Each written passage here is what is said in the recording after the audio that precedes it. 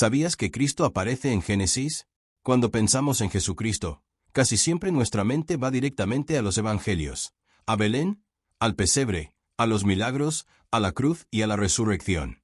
Pero muy pocos creyentes se detienen a considerar una verdad profundamente transformadora. Cristo no comienza en Mateo.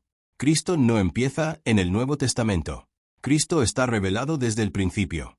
Hoy quiero llevarte a un viaje bíblico y teológico que cambiará tu manera de leer las Escrituras. Porque si aprendemos a ver a Cristo en Génesis, nunca más volveremos a leer la Biblia de la misma forma. Comencemos desde el primer versículo. En el principio creó Dios los cielos y la tierra. Ese texto, aparentemente sencillo, encierra una profundidad cristológica impresionante. El Evangelio de Juan dice, en el principio era el Verbo, y el Verbo era con Dios, y el Verbo era Dios. Juan no está improvisando. Está conectando directamente con Génesis. Está afirmando que el Logos eterno, el Hijo, estaba allí en el principio. No como criatura, sino como creador.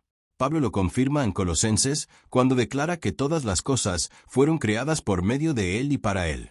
Esto significa que Génesis no solo habla del Padre como creador, sino que revela la acción del Hijo en la creación. Cristo no aparece en Génesis como personaje encarnado, pero sí como agente eterno.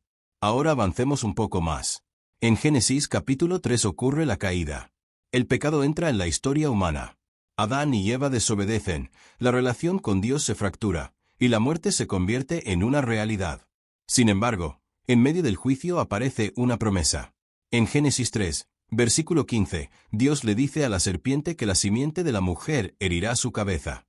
Este versículo es conocido en teología como el protoevangelio, es decir, el primer anuncio del Evangelio. Aquí tenemos la primera profecía mesiánica de toda la Biblia.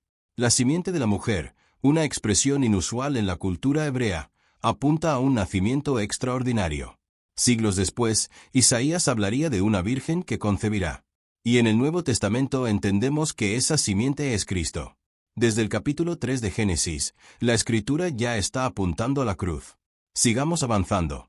En Génesis capítulo 4 encontramos la historia de Abel. Abel ofrece un sacrificio aceptable delante de Dios. ¿Por qué fue aceptado? Porque fue un sacrificio con derramamiento de sangre. Hebreos explica que sin derramamiento de sangre no hay remisión de pecados. Abel muere injustamente a manos de su hermano, y su sangre clama desde la tierra.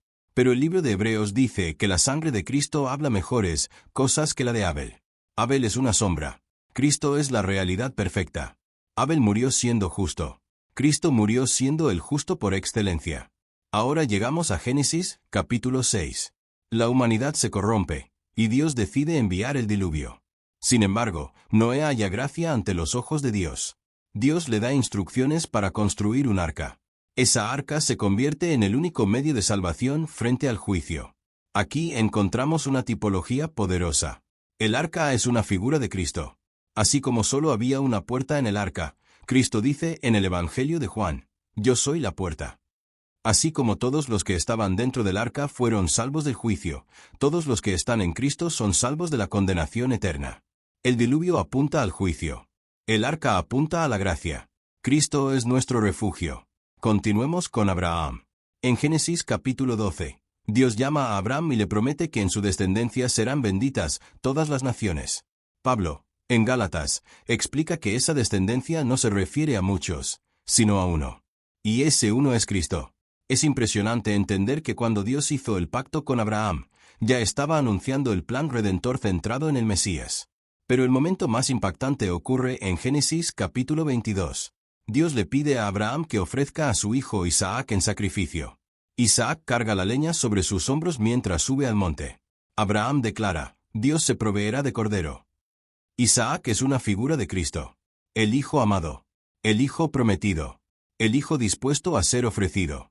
Sin embargo, en el último momento, Dios detiene la mano de Abraham y provee un carnero.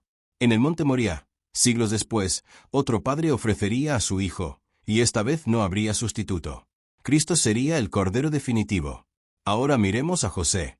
José es traicionado por sus hermanos, vendido por monedas de plata, acusado injustamente, encarcelado, y luego exaltado como gobernador en Egipto. Desde esa posición salva a su propia familia del hambre. ¿No te suena familiar?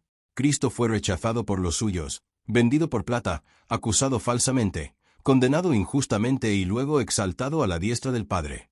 Y desde esa posición ofrece salvación a quienes lo rechazaron. José es uno de los tipos más claros de Cristo en todo Génesis. Cuando leemos Génesis de manera superficial, vemos historias patriarcales. Pero cuando lo leemos con una hermenéutica cristocéntrica, descubrimos un hilo rojo que atraviesa cada capítulo. Ese hilo rojo es la promesa del Redentor.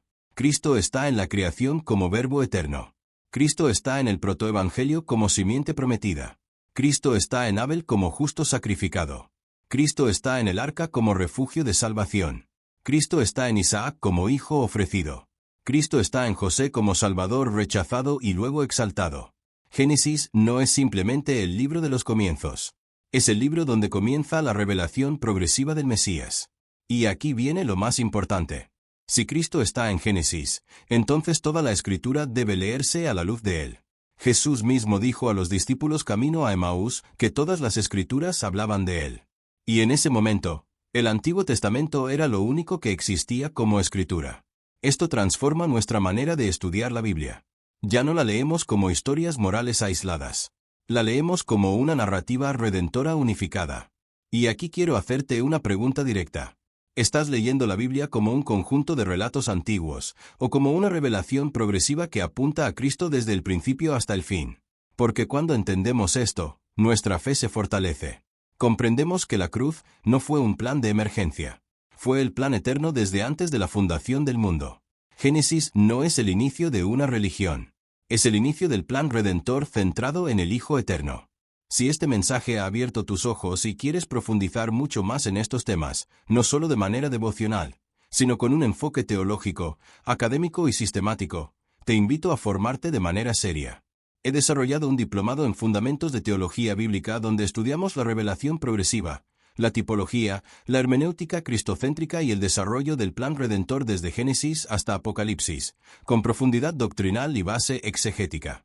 Si deseas ir más allá del conocimiento superficial y formarte con bases sólidas, el enlace está en la descripción. Allí encontrarás toda la información para inscribirte y comenzar tu formación teológica. Recuerda esto, Cristo no comienza en Mateo. Cristo está en Génesis. Y cuando lo descubres allí, nunca volverás a leer la Biblia de la misma manera.